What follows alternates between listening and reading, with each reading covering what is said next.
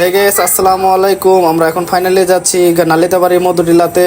তো আমরা এখন এসে পড়লাম। অনেকগুলো ফুটেজ আমাদের ডিলিট হয়ে গেছে, সেই ফুটেজগুলো কালেক্ট করতে পারি নাই। এখানে আসার পরে আসাদের বাইকটা হঠাৎ করে বন্ধ হয়ে যায়, তার জন্য একটু রেস্ট নিলাম। রেস্ট নেওয়ার পরে আসাদের বাইকটা ঠিক হওয়ার পরে আসাদ বলতেছে, ভাই আমার বাইক ঠিক হয়ে গেছে, চলেন আমরা এখন মধুটিলার ভিতরে ঘুরি। তো এখানে অনেক আমাদের ক্লিপগুলো বাকি ছিল, যা টিকিট কাটার ক্লিপ, তারপর রাস্তার অনেক ক্লিপ, অনেক জায়গায় আমরা রেস্ট নিচ্ছি, সেই ক্লিপগুলো আমাদের কাছে নাই। তারপরে আমরা মধুটিলা যেখানে উপর থেকে সব কিছু পুরোটা দেখা যায়, সেই টাওয়ারের কাছে যাইতেছি। দুই সাইডে অনেক বন, পাহাড়ের ভিতর দিয়ে রাস্তা।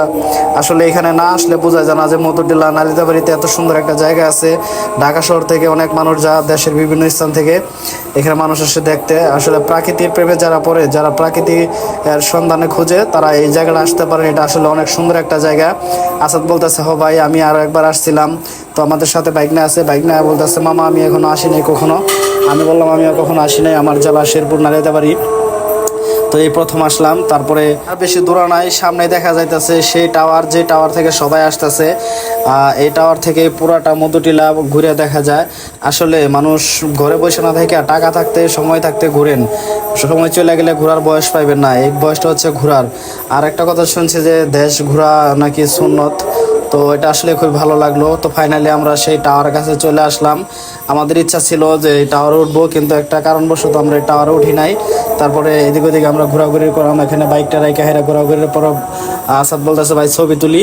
তো এই টাওয়ারের কাছে আমি একটা ভিডিও করে নিলাম। আসলে এটা অনেক সুন্দর একটা জায়গা, এখানে অনেকে আসে। এই টাওয়ার থেকে দেখা যায় পুরা মধুটিলাটা, কত সুন্দর প্রাকৃতিক দৃশ্য। আমাদের ইচ্ছা ছিল যেটা দেখবো, কিন্তু আমরা সেটা দেখতে পারলাম না, খুবই দুঃখজনক। তো এখানে বাইকনা বলতেছে, মামা কিছু ছবি তুলে দেন।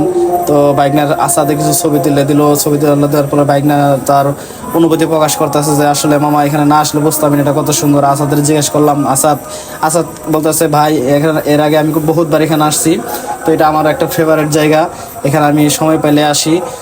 পরে বলতেছে যে তুমি আসো, দুই দেখি এটার ভিতরে, ওইটা দেখি, পুরোটা তোমার দৃশ্যটা দেখায়। আমি বললাম যে না, এখন আমি এটা যেতে পারবো না।